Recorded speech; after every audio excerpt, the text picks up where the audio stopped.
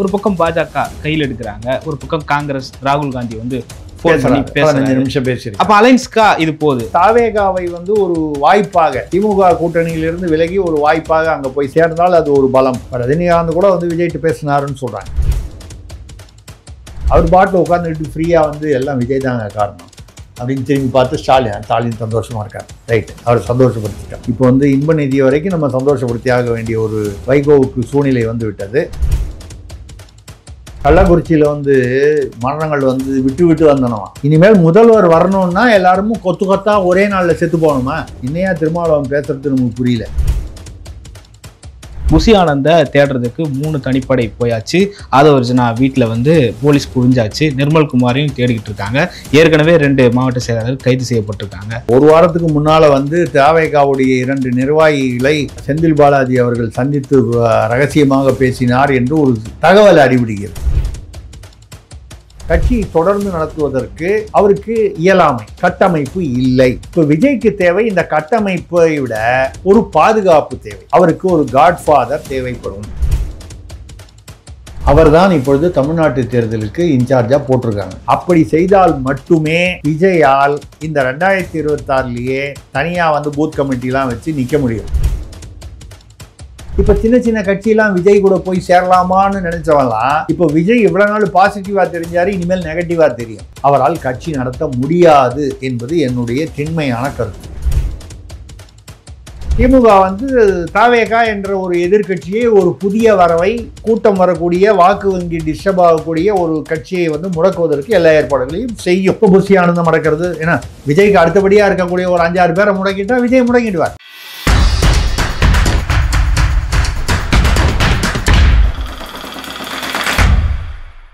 வணக்கம், நான் திருசக்தி சுந்தரராமன் பேசுகிறேன். தொடர்ந்து உங்கள்கிட்ட வள்ளுவம் சேனல் மூலமாக பேசிக்கொண்டிருக்கிறேன். நீங்களும் வந்து பார்த்து ரசித்து கொண்டிருக்கிறீர்கள். அதே சமயம் நீங்கள் எவ்வளவு ரசிக்கிறீங்க அப்படிங்கிறது வந்து எங்களுக்கு வந்து அதிக ஊக்கத்தை கொடுக்கும். அது இன்னும் எங்களுடைய முயற்சிகளை வெற்றிகரமாக்கும். அப்படின்னா என்ன செய்யணுன்னா, நீங்கள் தொடணும். சப்ஸ்கிரைபுன்னு இருக்குது பாருங்கள், அதை வந்து நீங்கள் வந்து அழுத்திட்டிங்கன்னா போதும். அதை எல்லாரும் தயவு பண்ணி அதை பண்ணிங்கன்னா தொட்டுவிட நமது உறவு தொடரும். கட்டாயம் மறந்துடாமல் வள்ளுவம் சேனலை சப்ஸ்கிரைப் பண்ணுங்கள். தொடர்ந்து பேசுவோம். தொடர்ந்து அதாவது ஜாலியாகவும் பேசுவோம், அறிவுபூர்வமாக, மக்களுக்கு உபயோகமாக, மக்களுடைய அந்த எண்ணத்தை பிரதிபலிக்கும் விதமாக தொடர்ந்து பேசி வருகிறோம், பேசுவோம். நீங்கள் தொட்டுவிட தொடரும். நன்றி. வள்ளுவம் நேயர்களுக்கு வணக்கம். அரசியல் பேசு நிகழ்ச்சிக்கு உங்களை வரவேற்பதில் மகிழ்ச்சி. என்று நம்மோடு இணைந்திருக்கிறார் மூத்த பத்திரிகையாளர் திரு திருசக்தி அவர்கள். சார் வணக்கம். வணக்கம். ஒரு பக்கம் பாஜக கையில் எடுக்கிறாங்க, ஒரு பக்கம் காங்கிரஸ் ராகுல் காந்தி வந்து நிமிஷம் பேசிருக்கு. அப்ப அலைன்ஸ்கா இது போகுது, அரசியலா மாறுது இந்த சம்பவம்ன்றது இருக்கு. அதாவது நடந்த நிகழ்வு துயரமான நிகழ்வு.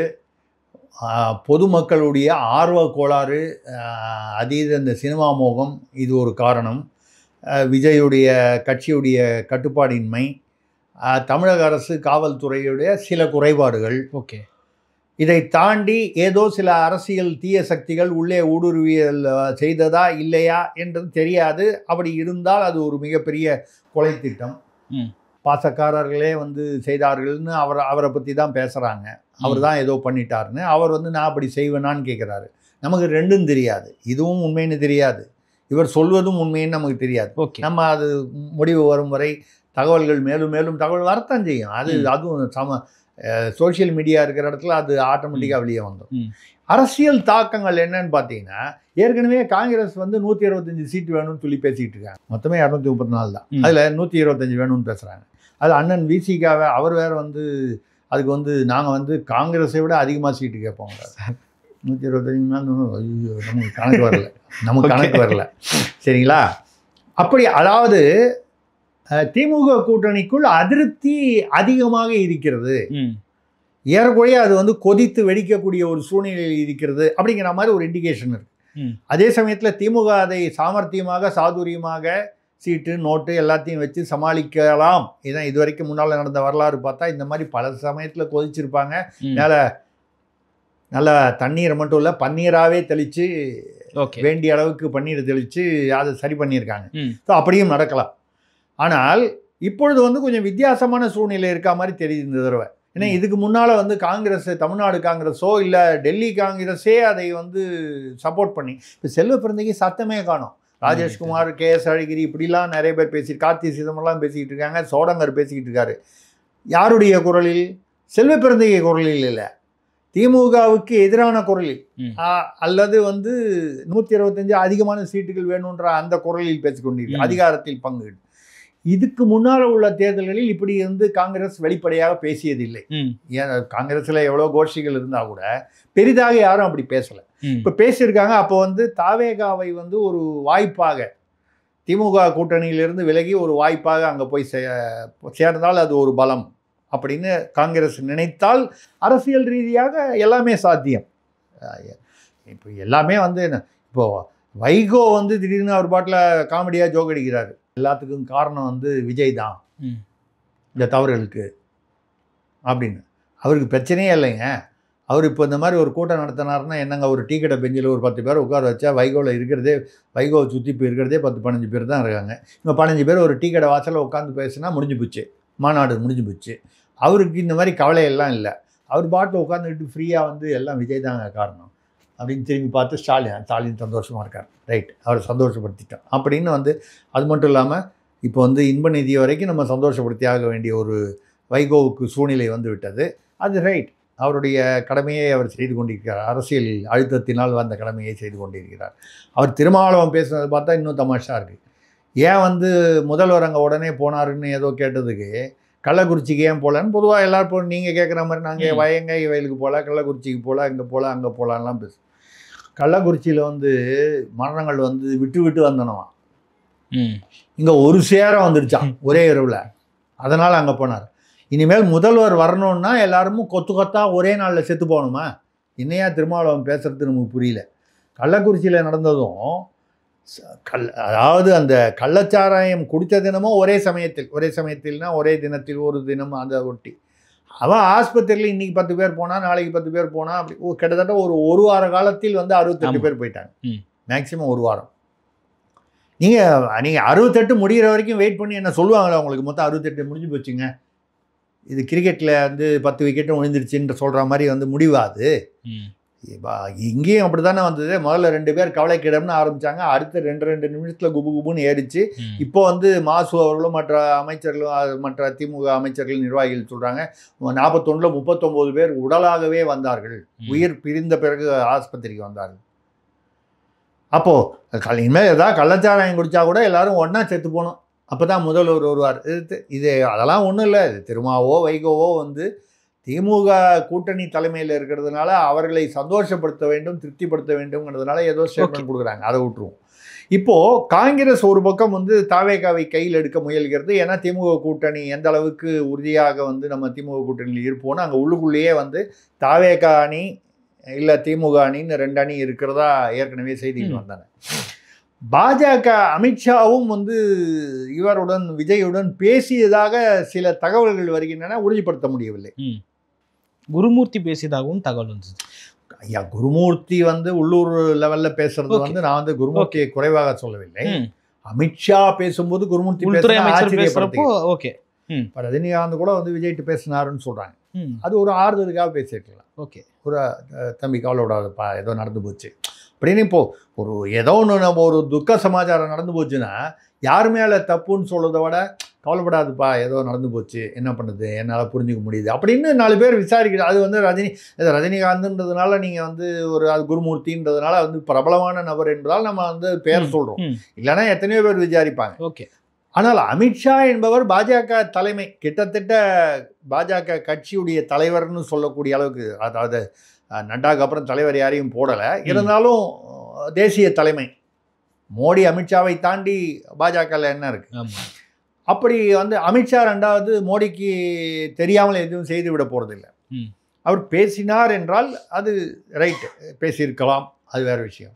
ஆனால் இதை நீங்கள் பாஜக கண்ணோட்டத்தில் பார்க்க போனால், இல்லை விஜயோட கண்ணோட்டத்தில், விஜய் வந்து இதே மாதிரி கட்சி நடத்தினால் அவரால் கட்சி நடத்த முயன்றால் அவரால் கட்சி நடத்த முடியாது என்பது என்னுடைய திண்மையான கருத்து. ஆனா அவர் சொல்றாரு இதை விட வேகமா போவோம், மீண்டு வருவோம். சொல்லுவாங்க, நான் கூட சொல்லுவேன், நான் பிரதமர் ஆவேன்னு சொல்லிட்டு நான் வந்து கேமராக்கு நேரம் சொல்லிட்டு, நான் அநேகமாக அடுத்த பிரதமர் நானாகத்தான் இருப்பேன் அப்படின்னு நான் கேமராவை பார்த்து நான் பஞ்சு டயலாக் சொன்னா நம்பிடுறதா? நம்புனீங்கன்னா அப்புறம் உங்களை தானே குறை சொல்லணும். ஓகே. அது மாதிரி விஜய் வந்து இப்போ வந்து இதை சொல்ல வேண்டும் என்பது காலத்தின் கட்டாயம். பின்ன வேற என்ன சொல்லுவார்னு எதிர்பார்க்குறீங்க? நான் ரொம்ப குழப்பத்தில் இருக்குங்க, எனக்கு என்ன பண்ணுறதுன்னே தெரியலங்க, மண்டை காயுதுங்க இப்படின்னு வந்து கேமராவில் சொல்லுவாரா? ஒரு கட்சி தலை அப்படியே அவர் சொல்ல வந்தால் கூட கூட இருக்கிறவங்க ஐயா அப்படி சொன்னீங்கன்னா உள்ளதும் போயிடும்னு இதெல்லாம் இயல்பாக உள்ளது.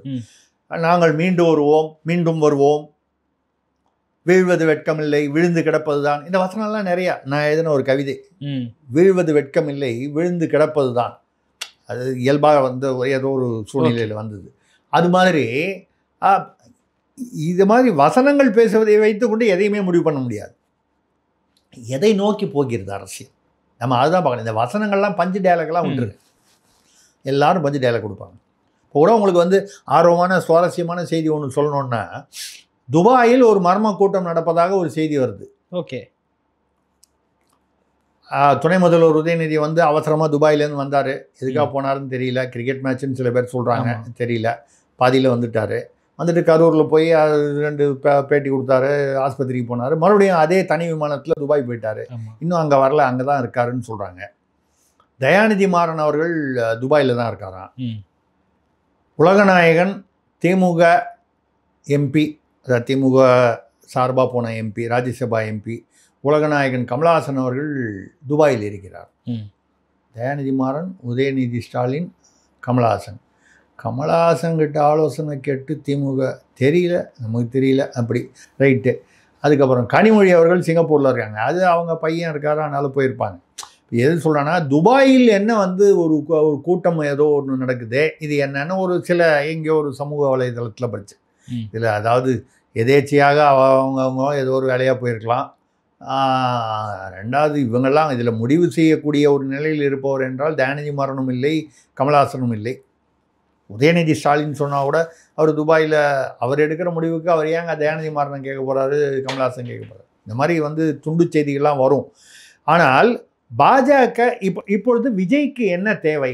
கட்சி தொடர்ந்து நடத்துவதற்கு அவருக்கு இயலாமை, கட்டமைப்பு இல்லை. அவர் அதை ஏற்றுக்கொண்டாலும் சரி, ஒத்துக்கொண்டாலும் சரி, இல்லைனாலும் சரி, வெளிப்படையான உண்மை. அப்போது ஒன்று கட்சியை கழிச்சிட்டு ஏதோ காசிக்கு போகிறேன்ற மாதிரி போயிடணும். இவ்வளோ தூரம் மெனக்கெட்டுட்டு அவர் வந்து அவர் அப்படி போய் விடுவாரா, மற்றவர்களும் அப்படி போக விட்டு விடுவார்களா என்பது ஒரு கேள்விக்குறி. நம்மளும் வந்து அப்படி வந்து யாரும் இவ்வளோ தூரம் வந்துட்டு பாவம் அவர் கழிச்சிட்டு போயிடணும் அப்படின்னு சொல்லுதல் நியாயம் இல்லை. ஓகே. எப்படியாவது அதிலிருந்து மீண்டு வரணும், அவருக்குரிய இடத்தை அவர் பெற வேண்டும் மக்களிடம் அப்படிங்கிறது யாருக்குமே அரசியலுக்கு வரும் யாரையுமே நம்ம வரவேற்று சொல்லக்கூடியது. ஆனால் இப்போ விஜய்க்கு தேவை இந்த கட்டமைப்பை விட ஒரு பாதுகாப்பு தேவை. விஜயுடைய தரப்பிலோ இல்லை பொதுமக்கள் மற்ற இவங்களோ வந்து பார்த்தீங்கன்னா என்ன சொல்கிறாங்க, இது வந்து ஒரு அரசியல் சதி திட்டம், ஏதோ ஒரு தீய சக்தி உள்ளே போந்து இந்த மாதிரி பண்ணிடுச்சு, இல்லை திமுக அரசு வேண்டுமென்றே செய்தது என்று சொல்பவர்கள் இருக்கிறார்கள், கவனக்குறைவு என்று சொல்பவர்கள் கவனிக்காமல் விட்டு விட்டார்கள், எந்த வகையில் மொத்தம் குறைபாடு. இப்போ ஆக திமுக என்ற வலிய சக்தியை இனிமேல் விஜய் வந்து தனி கட்சியாக, இப்போ சின்ன சின்ன கட்சியெல்லாம் விஜய் கூட போய் சேரலாமான்னு நினச்சவங்களாம் இப்போ விஜய் இவ்வளோ நாள் பாசிட்டிவாக தெரிஞ்சார், இனிமேல் நெகட்டிவாக தெரியும். ஒரு பலவீனமான தலைவராக ஒரு மக்களிடம் அடையாளம் காணப்படும் ஒரு சூழ்நிலை உருவாகிவிட்டது. ஓகே. அப்போ யாரும் சின்ன கட்சியெலாம் போக மாட்டாங்க. எப்பா அந்த ஆள் கிட்ட போய் நம்ம இருக்கிற பேரையும் கெடுத்துக்கூடாது அப்படின்னு நினச்சி ஒதுங்கிடுவான். இப்போ தேமுதிக கூட அந்நியார் கூட என்ன சொன்னாங்க, விஜயகாந்த் இருந்தார்னா அவர் இப்படிலாம் பண்ணியிருக்க மாட்டார், விஜயை விமர்சித்து தான் பேசியிருக்கிறார். நான் வந்து தேமுதிகவுக்கு பெரிய வாக்கு வங்கின்னு அப்படின்ற அர்த்தத்தில் சொல்ல, இப்படி சின்ன கட்சிகள்லாம் வந்து விஜயுடன் போகலாமா என்ற எண்ணம் வந்து இப்போ வந்து ஒரு பிரேக் போட்டு நிறுத்திடுவாங்க. அப்போது விஜய் தொடர்ந்து கட்சி நடத்த வேண்டும், அரசியலில் நிலை பெற வேண்டும் என்றால் அவருக்கு ஒரு காட்ஃபாதர் தேவைப்படும். ஓகே. அது திமுகவா இருக்க முடியாது. திமுகவை எதிர்த்து தான் அரசியல் பண்ணுறதாக அவர் சொல்கிறாரு. அப்படி இருக்கும்போது ரெண்டாவது இத்தனைக்கும் காரணம் வந்து திமுக தான்ற ஒரு அர்த்தத்தில் தான் பேசுகிறார் அவர். அப்படி இருக்கும்பொழுது திமுகவோடு அவர் இல்லை. அதிமுகவால், அதாவது எடப்பாடி தலைமையிலான அதிமுகவால் விஜய்க்கு வந்து வேண்டிய பாதுகாப்போ கட்டமைப்போ ஆலோசனைகளோ அவரை அரவணைத்து செல்லக்கூடிய அந்த ஒரு சூழ்நிலையோ இருக்கிறதா என்றால் ஆட்சியில் இல்லாதனால, ஆட்சியில் இருந்தால் அது வேறு விஷயம், ஆட்சியில் இல்லை என்பதால் அதற்கு வாய்ப்பு இல்லை. காங்கிரஸுக்கு வாய்ப்பு இருக்கிறதா என்றால் அவங்களே வந்து பல மாநிலங்களில் வந்து கோட்டையை விட்டுட்டு இப்போ உட்காந்துருக்காங்க. காங்கிரஸ் வந்து தேசிய அளவில் ஒரு பலவீனமான நிலைமையில் தான் இருக்கிறது. பீகாரில் கூட ஒன்றும், அதாவது பிரசாந்த் கிஷோர் எவ்வளோ வாங்குவாருன்னு பேசுகிறாங்க, பாஜக வந்து ஜெயிச்சிரும்னு சொல்கிறாங்க, தேஜஸ்வி யாதவ் தான் வந்து 2வது இடத்துல வருவாருன்னு சொல்கிறாங்க. காங்கிரஸை பற்றி யாரும் பேசவே இல்லை. அப்படியே பேசினாலும் 4வது இடம்ன்ற மாதிரி பேசுகிறாங்க. ஓகே, ஸோ அந்த அளவுக்கு பலவீனமாக இருக்கிறது.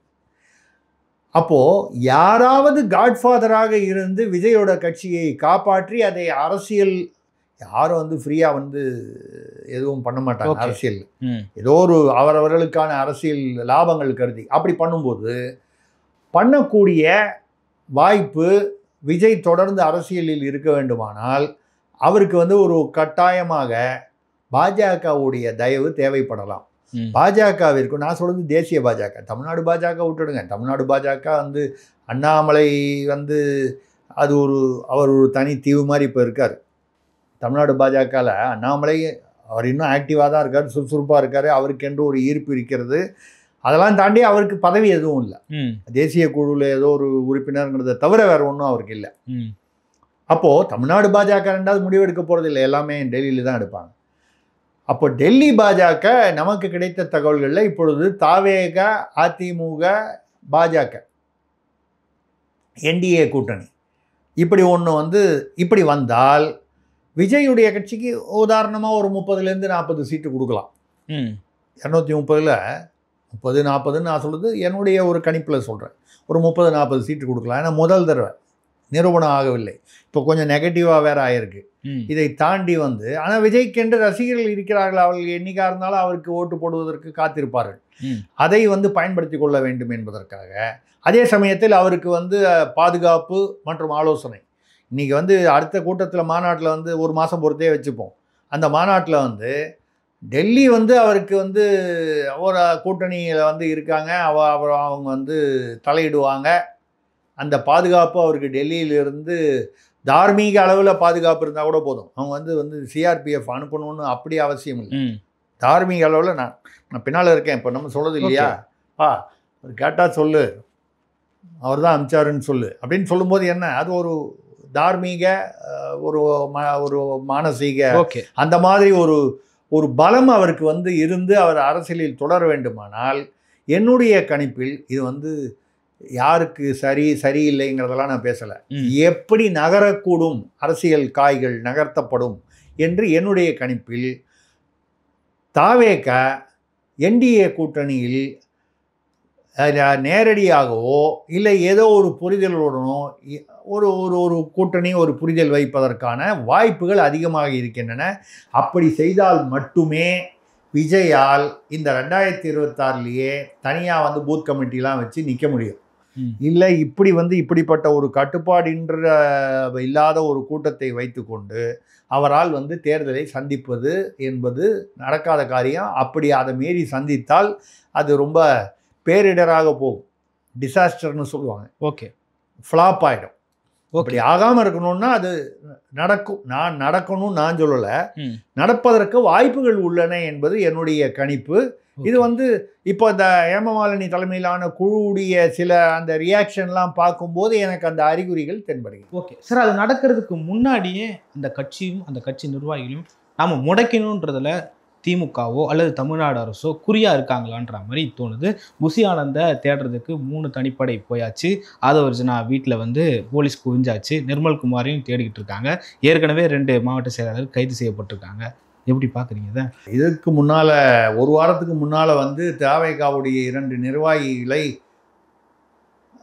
செந்தில் பாலாஜி அவர்கள் சந்தித்து ரகசியமாக பேசினார் என்று ஒரு தகவல் அடிபடுகிறது. 2 நிர்வாகிகள் அது ஆதவ அர்ஜுனாவா இல்லை இவரா அவரான்லாம் நீங்கள் அது உங்களுடைய யூகத்துக்கு விட்டு விடுங்க. யாரோ 2 பேர் அவர்கள் வந்து ஏதோ தாவேகாவிற்கு துரோகம் செய்வதற்காக அவர்கள் வந்து சந்தித்தார்கள் என்று நான் நினைப்பதை விட ஏதோ ஒரு காரணத்துக்காக சந்தித்து சில தகவல் பரிமாற்றங்கள் ஏற்பட்டிருக்கலாம். நம்ம எதுக்காக அந்த தகவல் வந்து பரிமாறுறோம்னு தெரியாமையே போய் வந்து ஏதோ அந்த வேடன் வந்து விரித்த வலையில் வந்து ஒரு புள்ளிமான் சிக்கினார் போல் சில நிர்வாகிகள் சிக்கி கொண்டிருக்கலாம், இல்லை தெரிந்தே கூட போயிருக்கலாம்.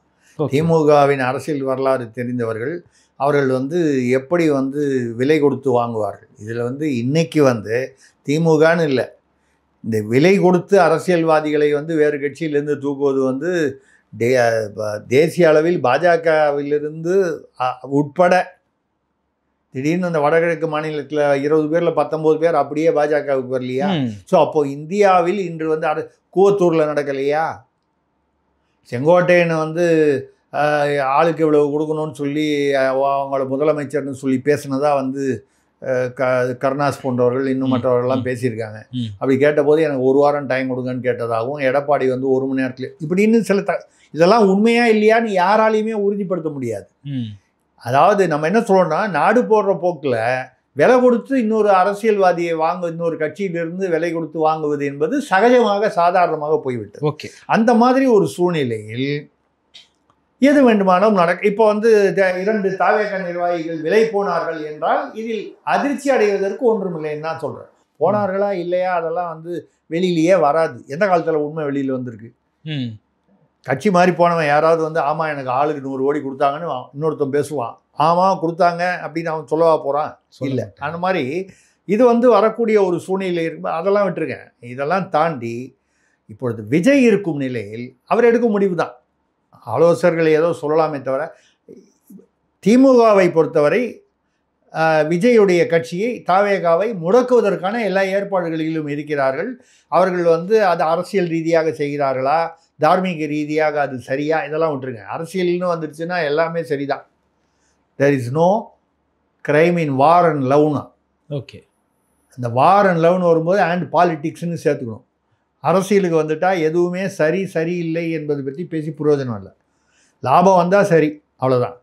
அந்த வகையில் திமுக வந்து தாவேகா என்ற ஒரு எதிர்கட்சியை, ஒரு புதிய வரவை, கூட்டம் வரக்கூடிய, வாக்கு வங்கி டிஸ்டர்ப் ஆகக்கூடிய ஒரு கட்சியை வந்து முடக்குவதற்கு எல்லா ஏற்பாடுகளையும் செய்யும். இப்போ புஷி ஆனந்தம் நடக்கிறது. ஏன்னா விஜய்க்கு அடுத்தபடியாக இருக்கக்கூடிய ஒரு 5-6 பேரை முடக்கிட்டால் விஜய் முடங்கிடுவார். கண்டிப்பாக சார், இயல்பாக முடங்கிடுவார்.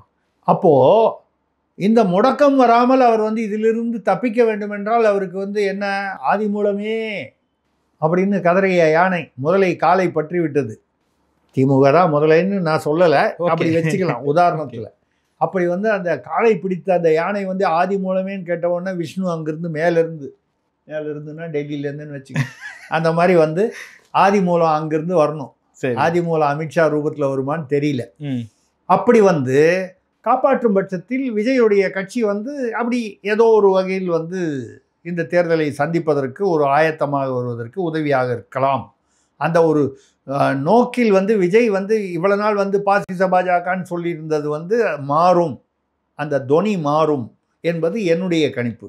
நமக்கு கிடைத்த ஒரு தகவலில் வந்து இப்போது நேற்று இரவு இந்த விஜயுடைய அந்த இது பார்த்ததுக்கப்புறம் நிர்மலா சீதாராமன் அவர்கள், மத்திய நிதியமைச்சர் அவர்கள் வந்து ஒரு விசிட் பார்த்து, இது நான் சாதாரணமாக வந்து பாதிக்கப்பட்டவர்களை பார்த்து, எல்லாத்துலேயுமே அரசியல் இல்லாமல் எது இருக்குது? எந்த பக்கத்தில் எந்த கட்சியுடைய சார்பில் பார்த்தாலும் எல்லாருமே ஒரு அரசியல் நோக்கோடு தான் செய்வாங்க.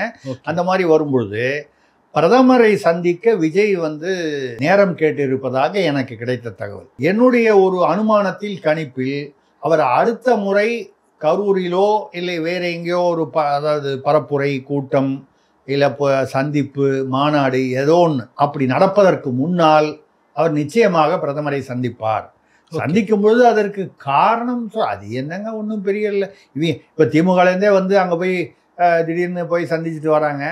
அவர்கள் துர்கா ஸ்டாலின் அவர்கள் முதல்வருடைய மனைவியார் வந்து நிர்மலா சீதாராமனை வந்து சந்திச்சுட்டு வந்தார் சில மாதங்களுக்கு முன்னால். கேட்டதுக்கு என்ன சொன்னாங்க, ஏதோ ஒரு கோவில் கும்பாபிஷேகத்துக்கு பத்திரிகை வைக்கிறேன்னாங்க. கோவில் கும்பாபிஷேகத்துக்கு பத்திரிகை ஸ்பீட் போஸ்ட்டில் போட்டால் போவாதா? இதெல்லாம் ஒரு காரணம் சொல்லுவாங்க. உதயநிதியை கேளுங்க, அவர் போய் எதுக்கு பார்த்துட்டு வந்தாருன்னா எங்கேயோ வெளிநாட்டு போயிட்டு வரும்போது டெல்லியில் இறங்கி பார்த்துட்டு வந்தார் பிரதமரை. அதுக்கு ஒரு காரணம் சொல்லுவாங்க, காவிரியில் தண்ணி உண்ணுங்கிறதுக்காக கேட்டாங்க. மற்ற போது இங்கேருந்து கடுதாசு போடுவாங்க. இப்போ மட்டும்னா ஏதோ ஒரு காரணம். எடப்பாடி போய் பேசுகிறாருன்னா அது ஒரு காரணம் ஒன்று, வெளியில் சொல்கிற காரணம் ஒன்று இருக்கும், உள்ள ஒரு காரணம். இது வந்து நான் வந்து கட்சின்னு எந்த கட்சியும் சொல்ல, இது அரசியலில் வந்து இது ரொம்ப சகஜம். உள்ளே போய் பேசுறது ஒன்று பேசுவாங்க, வெளியில் வந்து அதுக்கு வந்து காரணமோ லாஜிக்கோ இல்லை வந்து இப்படி தான் பேசுனேன்னு ஒரு கதை சொல்கிறதோ இது எல்லா கட்சிகளுக்கும் பொதுவான விஷயம். அந்த வகையில் இப்போ நீங்கள் வந்து கேட்கவா போகிறீங்க, அன்றைக்கி பாசிச கட்சின்னு வந்து சொன்னீங்க, இன்றைக்கி போய் அவரை பார்க்குறீங்களே இன்றைக்கி வந்து அப்படின்னா, அப்போ ஒரே பதில் இருக்கே, தாவேகாவை உருவாக விடாமல் அழிக்கும் தீய சக்திகளை எதிர்க்க வேண்டுமானால் எங்களுக்கும் வந்து அப்படின்னு ஏதோ ஒன்று சொல்லலாம். இப்போ வைகோ வந்து ஒரு காலத்தில் வந்து திமுகவை வசைபாடி எவ்வளவு கலைஞர் அவர்களையோ ஸ்டாலின் அவர்களையோ வசைபாடியவர் இன்றைக்கி எங்கே இருக்காரு? ஓகே, டார்ச் லைட் வச்சுக்கிட்டு ஊழலுக்கு, திமுகவின் ஊழலுக்கு எதிராக வந்து நாங்கள் கட்சி ஆரம்பிச்சிருக்கேன்னு சொன்ன கமல் எங்கே வந்தார்? இப்போ நம்ம அவங்களெல்லாம் கூப்பிட்டு கேள்வி கேட்டு அவங்க பதில் சொல்லிட்டாங்களா? அது மாதிரி விஜய்க்கு வந்து அரசியல் அழுத்தங்களும் கட்டாயங்களும் காரணம்னா வேறு வழி இல்லை. அப்படிங்கும்போது இன்சூரன்ஸ் மாதிரி அங்கே போக வேண்டியது தான். ஓகே, அப்படி ஒரு நிகழ்வு நடக்கும். பிரதமரிடம் அவர் வந்து நேரம் கேட்டிருப்பதாக, சந்திக்க நேரம் கேட்டிருப்பதாக எனக்கு கிடைத்த தகவல். Okay sir. ஆனால் அவர் 2வது மாநாட்டில் வந்து தாவேந்திர பாய் மோடி அவர்களே விமர்சிச்சிருந்தார். மக்கள் ஏற்றுவாங்களா சார் அது? அதுதான் நான் கேட்டேன் உங்கள்கிட்ட. வைகோ வந்து கலைஞர் கருணாநிதியை மிகவும் வந்து தரக்குறைவாக பேசியிருக்கிறார். ஓகே, ஸ்டாலின் அவர்களையும் வந்து ஒருமையில் பேசியிருக்கிறார். நம்ம அந்த வார்த்தையை சொல்லக்கூடாது, இருந்தாலும் வந்து யாரையாவது ஒருத்தரை பார்த்து முட்டாள் என்று பேசுவது வந்து அரசியல் நாகரீகமில்லை. ஆனால் வந்து பேசியிருக்கிறார் வைகோ. கமலஹாசன் வந்து இது பேசலையா, வீல் சேர்னு ஏதோ ஒன்று பேசினோன்னா அதுக்கு வந்து என்ன சொன்னார், கலைஞர் கருணாநிதி அவர்களை நான் அவதூறாக பேச வேண்டும் என்றால் நான் வந்து வீல் சேர் என்று சொல்ல வேண்டியதில்லை, மு.க. ஸ்டாலின் என்று சொன்னால் போதும்னு சொன்னவர். இன்னைக்கு எங்கே வந்து ராஜ்யசபா எம்பி ஆனார்? நீங்கள் மக்கள் ஏற்றுக்கொள்வார்கள், மக்கள் ஏற்றுக்கொள்வதை பற்றி கமலஹாசன் கவலைப்பட்டாரா, வைகோ கவலைப்பட்டாரா? நாங்கள் வந்து அரசியலுக்கு வரமாட்டேன் என்று சொன்ன உதயநிதி ஸ்டாலினோ இல்லை அதுக்கு முன்னால் ஸ்டாலினோ அரசியலுக்கு வந்து அமைச்சராகி துணை முதல்வர் ஆகிவிட்டார். 86 வயது சீனியர்கள் எல்லாம் அவருடைய அனுபவத்தை தாண்டி அவர் துணை முதலமைச்சராக இருக்கிறாரு. மக்கள் ஏற்றுக்கொண்டார்களான்னு கேட்டால் மக்கள் ஏற்றுக்கொண்டார்களா இல்லையா என்பதை பற்றி இவர்களுக்கு கவலை இல்லை. ஏனென்றால் அண்ணாதுரை அன்னைக்கே சொல்லிட்டார்ல, எதையும் தாங்கும் இதயம். அந்த மக்களுக்கு வந்து எதையும் தாங்கும் இதயம் இருக்கிறது. ஓகே, எல்லாவற்றையும் தாங்கிடுறான். அன்னைக்கு வைகோ சொல்லும் போதும் கை தட்டினான், இன்னைக்கு வைகோ பேசும்போதும் கை தட்டுறான், அன்னைக்கு கமலஹாசன் பேசும்போதும் கை தட்டினான், இன்னைக்கு பேசும்போதும் கை தட்டுறான். ஸோ மக்கள் இப்போ புரியுதா உங்களுக்கு ஏன் விஜயை பார்க்க இவ்வளோ கும்பல் போச்சுன்னு? Okay sir. ஏன்னா இந்த தமிழ்நாட்டு மக்களை இப்படி வந்து அதாவது அறியாமையிலேயே வந்து தொடர்ந்து வைத்திருக்கிறது திராவிடம். திராவிடம் என்கிற மாயை தமிழ்நாட்டு மக்களை, வாக்காளர்களை, மக்களை, பொதுமக்களை இவளை திருப்பி திருப்பி அந்த இலவசத்தை காட்டி இவனை மயக்கி வந்து இவனை வந்து சிந்திக்க விடாமல் சோம்பேறிகளாகவே வைத்ததுனால எது வந்தாலும் அது வடிவேல் ஒரு கிரி படத்துல என்னமோ சொல்லுவார், ஒருத்தன் இன்னும் வந்து அங்கே அடித்தானா, அதுக்கப்புறம் ஆட்டோவில் ஏற்றி ஒரு மூத்திர சந்து கொண்டு போய் அங்கே 10 பேர் அடித்தாங்க, அப்புறம் அங்கேருந்து கூப்பிட்டு போய் அது எல்லாத்தையும் அடிச்சுட்டு கடைசியில் இவன் ரொம்ப நல்லவன்னு சொல்லிட்டாங்க, எவ்வளோ அடித்தாலும் தாங்குறான்னு. இந்த கிரிப்பட வடிவேலு நிலையில்தான் தமிழ்நாட்டு மக்கள் இருக்கிறார்கள். அதனால் எதையும் ஏற்றுக்கொள்வார்கள். ஏற்றுக்கொள்ள மாட்டார்கள், சரி ஏற்றுக்கல, வேற என்ன வழி? இப்போ எனக்கு தோணுது, ஸ்டாலின் அவர்களும் உதயநிதி ஸ்டாலின் அவர்களும் வந்து அரசியலுக்கு வரமாட்டேன் என்று சொல்லிவிட்டு எப்படி வந்தார்கள்? நான் ஒரு 10 இடத்துல கொஞ்சம் அதிகமாக கேட்டேன்னா எங்கள் வீட்டில் வெள்ளிக்கிழமை சாயந்தரம் கதவு தட்டுவாங்களா இல்லையா? கண்டிப்பாக சார். இப்போ கூட கவனிச்சிங்களா நீங்கள்? அதாவது சித்தார்த் வரதராஜன் என்ற தி வயர் பத்திரிகை வடநாட்டில் இருக்குது, இந்த இன்டர்நெட் பத்திரிகை. அதில் வந்து அந்த சித்தார்த் வரதராஜன் யாருன்னா ஒரு காலத்தில் இந்து பத்திரிகையில் வந்து ஆசிரியர், தமிழ்நாடு இங்கே ஆங்கில பத்திரிகை சென்னையில் இருந்தவர், கொஞ்சம் கம்யூனிச சித்தாந்தம் உள்ள அந்த அடிப்படையில் உள்ளவர். அவர் அங்கே போயிட்டார் இந்துலேருந்து. அவரை வந்து அஸ்ஸாம் அரசு வந்து அங்கே அஸ்ஸாம் முதல்வர் பாஜக அரசு அவர்கள் ஏதோ ஒரு இந்த பத்திரிகை ஏதோ ஒரு விஷயத்தில் ஏதோ போட்டார் வந்தார்னு சொல்லி இது தேச விரோத விஷயம்னு சொல்லி அவர் வந்து கைது பண்ணாங்க. தமிழ்நாட்டில் வந்து சென்னை பத்திரிகையாளர் மன்றம் உட்பட பல பத்திரிகையாளர்கள், இந்து பத்திரிகையின் உரிமையாளர் நக்கீரன் அவர் கோபால் அவர்கள், இப்படி வந்து மூத்த பத்திரிகையாளர்கள்னு சொல்லக்கூடிய, ஆனால் ஒரு சார்பான இன்றைக்கு உள்ள மாநில ஆளுங்கட்சியின் சார்பானவர்கள்னு சொல்லலாம் நீங்கள், ஏன்னா அது பார்த்தாலே தெரியும் உங்களுக்கு அந்த இது. அவங்க வந்து சித்தார்த் வரதராஜன் அஸ்ஸாமில் கைது செய்யப்பட்டதற்கு வந்து இங்கே வந்து போராட்டம் பண்ணாங்க.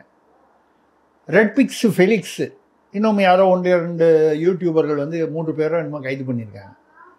நீங்கள் வந்து சொல்லுவீங்க இல்லை அவங்களாம் வந்து டிஜிட்டல் பத்திரிகையாளர் அதனால் வந்து இல்லை அவரும் டிஜிட்டல் தான் வைரம். அது மட்டும் இல்லை, இப்போ ரெட்பிக்ஸு ஃபெலிக்ஸ் வந்து அவர் மீது சில சர்ச்சைகள் இருக்கலாம், அதெல்லாம் தாண்டி நம்ம பார்க்கும் பொழுது அவரும் வந்து என்டிடிவி அப்புறம் விஜய் டிவிலலாம் இருந்தவர் தான். ஏண்டா இன்னைக்கு வந்து பத்திரிகையாளர் ஊடகவியலாளர்னு சொன்னால் அதிகமான ஊடகவியலாளர்கள் வந்து அச்சு பத்திரிகையிலையா இருக்காங்க? அச்சு பத்திரிகை எங்கே இருக்குது? எல்லாருமே டிஜிட்டலாக தான் இருக்காங்க.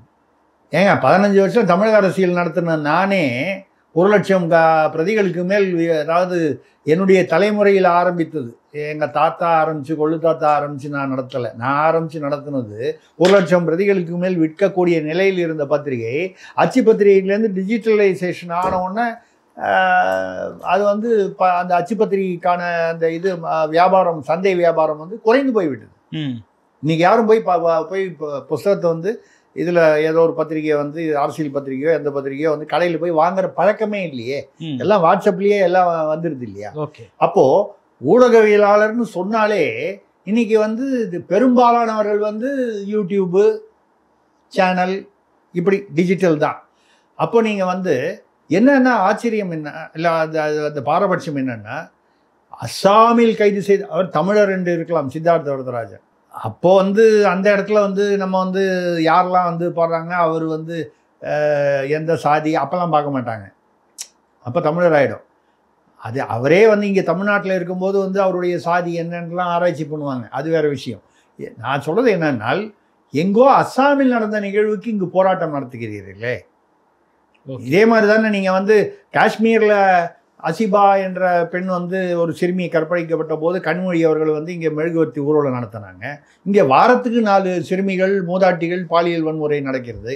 இப்போ கூட திருவண்ணாமலையில் பார்த்தீங்கன்னா 2 காவலர்கள் போலீஸ்காரர்களே ஆந்திராவிலிருந்து வந்த ஒருத்தர் கூட இருந்த அவங்க அம்மாவையும் பொண்ணையும் வந்து இங்கே விட்டுட்டு போ, நீ வந்து போய் வாழைப்பழத்தை இறக்கிட்டு வான்னு சொல்லி அவன் போயிட்டு வர்றதுக்குள்ளே இவங்க தோப்பு பக்கம் தூக்கிட்டு போய் இந்த அம்மாவுடைய தாயுடைய கண்ணெதிரிலேயே 19 வயது பெண்ணை வந்து கதற 2 காவலர்கள் கற்பழித்து கைது செஞ்சுட்டாங்க.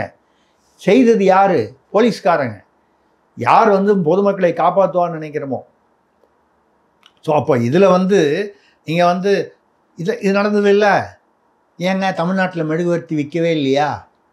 கனிமொழி அவர்களோ இல்லை அவர்களை போன்ற மற்ற சமூக போராளிகள் அப்போ எவ்வளோலாம் பேசுனாங்க. இந்த கருப்பு சட்டை போட்டுக்கிட்டு பெரியாரியம் பேசின எத்தனை பேர் மேடையில் ஏறி பேசுனாங்க. காஜாவுக்காக பெரியாரி இயக்கங்கள்லாம் வந்து எல்லாருமா சேர்ந்து ஒரு சத்யராஜ் பிரகாஷ்ராஜ் எல்லாம் மேடையில் வந்து நிறைய பேசுனாங்க. எங்கே காஜா? ஓகே, காசாவில் இருக்கக்கூடியது. தமிழ்நாட்டில் நடந்தது அஜித்குமாருக்கு யாராவது இங்கே பெரியாரிஸ்டுகள் யாராவது பேசுனாங்களா பார்த்தீங்களா? இல்லை 31 லாகப் மரணங்கள் நடந்தது, அதை எதிர்த்து யாராவது, அதுக்குன்னே சில கோஷ்டிகள் இருக்குது, அண்ணன் சுபவி, கோவன், அப்புறம் வந்து டேனியல் திருமுருகன் காந்தி, இப்படி அதாவது இந்த சமூக போராளிகள், இந்த பியூஷ் என்னமோ ஒரு பியூஷ் ஒரு கோயம்புத்தூரில் இருப்பார் ஒருத்தர், இந்த மாதிரி இதுக்குன்னே, அதாவது திமுக எதிர்கட்சியாக இருக்கும்போது இவரெல்லாம் ரொம்ப சுறுசுறுப்பாக வந்து நிறைய பேசுவாங்க. அப்பப்போ அந்த தங்களுடைய சமூக அக்கறையை வெளிப்படுத்துவார்கள் போராட்டங்களின் மூலமாக. இப்போ அவங்களாம் எங்கே போனாங்க? லாக்அப் மரணங்கள் வரும்பொழுது அன்றைக்கி ஜெயராஜ் ஃபெலிக்ஸ் நடந்தபோது சாத்தாங்குளத்தில் வந்து கொதித்தெழுந்தவர்கள் இப்போ 31 லாக்அப் மரணங்கள் நடந்ததில் ஏதாவது வாய் திறந்தாங்களா? அப்போது பாலியல் வன்முறை வரும்போதோ காஷ்மீரில் நடந்ததுக்கு இங்கே மெழுகுவர்த்தி ஊர்வலம் விட்டாங்க அவங்க கனிமொழி அவர்கள், எம்பி அவர்கள். இப்போது ஸோ அதனால் வந்து மக்கள் ஏற்றுக்கொள்வார்களா அப்படின்ற கேள்வி வந்து அதுக்கு வந்து அர்த்தமே இல்லை. ஏனென்றால் அவரவர்களுக்கு சௌகரியமாக இருக்கும்போது எல்லா கட்சிகளும் அப்படி தான் இருக்குது. திமுக குறிப்பாக அப்படி தான் இருக்கும். அதனால் வந்து பிரதமரை அவர் சந்திப்பார் அப்படி என்று தகவல் வருகிறது. அது நடந்தால் நம்ம நினைக்கிற மாதிரி அந்த ஒரு அரசியல் மாற்றம் தமிழ்நாட்டில் வந்து அந்த களம் வந்து மாறுபடும். ஓகே, அப்படி இருந்தா மக்கள் அதை ஏற்றுக்குவாங்களா? அது வலிமையா இருக்குமா? திமுகவுக்கு சவாலாக? திமுகவுக்கு சவாலாக இருக்கும். வலிமையாக இருக்குமா அப்படின்னால் நிச்சயமாக இப்பொழுது அதிமுக பாஜக, அதாவது தேசிய ஜனநாயக கூட்டணி தமிழ்நாட்டில் இருக்கக்கூடிய வலிமையை விட விஜய்க்கு வரக்கூடிய வாக்கு வங்கி வந்து கூடுதலாக வரும் என்பதால் விஜய் இவங்களுக்கு வாக்கு வங்கி லாபம். ஓகே, விஜய்க்கு வந்து இந்த கட்டமைப்பு, இந்த அரசியல் வியூகங்கள் இதெல்லாம் வந்து அவர்கிட்ட இப்போ இல்லை, ஸ்டாக் இல்லை, ஆள் இல்லை அதுக்கு சரியா. அது அங்கிருந்து அனுபவம் மிக்கவர்கள் வருவார்கள். அதில் பாஜகவில் வந்து அமைதியாக அந்த மாதிரி வந்து செயல்படக்கூடியவர்கள் அதிகமாக இருப்பார்கள். இப்போ கூட பைஜெயந்த் பாண்டான்னு ஒருத்தர் போட்டிருக்காங்க பாஜக சார்பில் வந்து தமிழ்நாடு தேர்தலுக்காக. நான் கூட ஏதோ பாண்டாங்கண்டான்னு போட்டாங்க, யார் பேரே தெரியல. இந்த ஆள் வந்து என்ன பண்ண போகிறார். அப்புறம் விசாரித்து பார்த்தீங்கன்னா ஒரிசாவில் 35 வருடங்களாக முதல்வராக இருந்த நவீன் பட்நாயக்கை கவிழ்த்து வலது கரமாக இருந்த விகே பாண்டியனை வந்து ஆஃப் பண்ணி 35 வருடம் 35 வருடங்களாக ஆட்சியில் இருந்தவரை கவிழ்த்து அங்கே வந்து தேர்தலில் வந்து இன்சார்ஜாக இருந்த பைஜெயந்த் பாண்டா. ஓகே. டெல்லியில் 300 யூனிட் வரைக்கும் மின்சாரம் மக்களுக்கு ஃப்ரீ, குடிநீர் ஃப்ரீன்னு சொல்லிட்டு வந்து ஏறத்தாழ 68 சீட்டில் அது 64 சீட்டோன்னு வச்சுருந்தார். யார்? கெஜ்ரிவால், ஆம் ஆத்மி கட்சி. இந்த தேர்தலில் பார்த்தீங்கன்னா டோட்டலாக ஃப்ளாப் கெஜ்ரிவால். அங்கேயும் அதே பைஜெயந்த் பாண்டா தான் வந்து தேர்தலுக்கு இன்சார்ஜ் பிஜேபிக்கு. ஓகே. அவர் தான் இப்பொழுது தமிழ்நாட்டு தேர்தலுக்கு இன்சார்ஜாக போட்டிருக்காங்க. ஓகே. ஒரிசா, டெல்லி 2 உதாரணங்கள் இருக்குது. அப்போ அவர் வந்து அமைதியாக எப்படி அரசியல் வியூகங்கள் வகுப்பதில் அவர் வந்து திறமையானவராக தெரிகிறது விசாரித்த வரையில். அப்படி வரும்பொழுது நான் கணிக்கக்கூடிய இது வந்து சாத்தியத்திற்கு நிறைய வாய்ப்பு இருக்கிறது. அப்படி நடந்தால் திமுகவிற்கு அது மிகப்பெரிய சவாலாக இருக்கும். அதுவும் வந்து தேர்தல் நெருங்குற சமயத்தில் வந்து திமுக சீனியர்கள் பேரில் உள்ள வழக்குகள் கொஞ்சம் இன்னும் கொஞ்சம் வலுப்பெறுமானால் சில கைதுகள் நடைபெறும். கைதான பிணையில் வருவாங்க, அது ஒரு பெரிய விஷயம் இல்லை. ஆனால் அந்த கைதுங்கிறது வந்து ஒரு இமேஜ் டேமேஜ் தானே. ஓகே. எப்படி கெஜ்ரிவாலுக்கு எதிராக அந்த லிக்கர் சாராய விஷயத்தில் வந்து 1000 கோடி ஊழல்ங்கிறது, மணிஷ் சிசோடியா, அந்த அவருடைய சஞ்சய் ஜெயின், அந்த அவங்க ஆட்கள்லாம் கைதுன்றது எப்படி ஒரு இமேஜ் டேமேஜோ அந்த மாதிரி ஒரு இமேஜ் டேமேஜ் வந்து அடுத்த 3 மாதங்களில் நடக்கலாம். அப்படி நடந்தது என்றால் அது திமுகவிற்கு உண்மையிலேயே இதுவரை வந்து திமுக வந்து வலிமையான ஒரு கட்சியாக எந்த கொம்பனும் எங்களை அசைக்க முடியாதுங்கிற அளவில் உண்மையிலேயே இருக்குங்கிறத நம்ம ஏற்றுக்கொள்ள வேண்டும். ஓகே. ஆனால் அந்த நிலை மாறும் ஒரு சூழ்நிலையை இந்த கரூர் ஏற்படுத்தி இருக்கிறது. துயரமான சம்பவம், நம்ம வந்து அதனால வரவேற்கலை. ஆனால் every action has got a reaction. அது மாதிரி இந்த நிகழ்வினால் என்ன தாக்கம் ஏற்படும் என்றால் இப்படிப்பட்ட தாக்கங்கள் வரலாம். அதனால் அரசியல் சூழ்நிலையில் தமிழ்நாட்டில் மிகப்பெரிய மாற்றம் உருவாகலாம். ஓகே. நடப்பு கால அரசியல் குறித்து பார்த்து நன்றி சார். மற்றும் ஒரு காணொலி சந்திப்போம். நன்றி, வணக்கம்.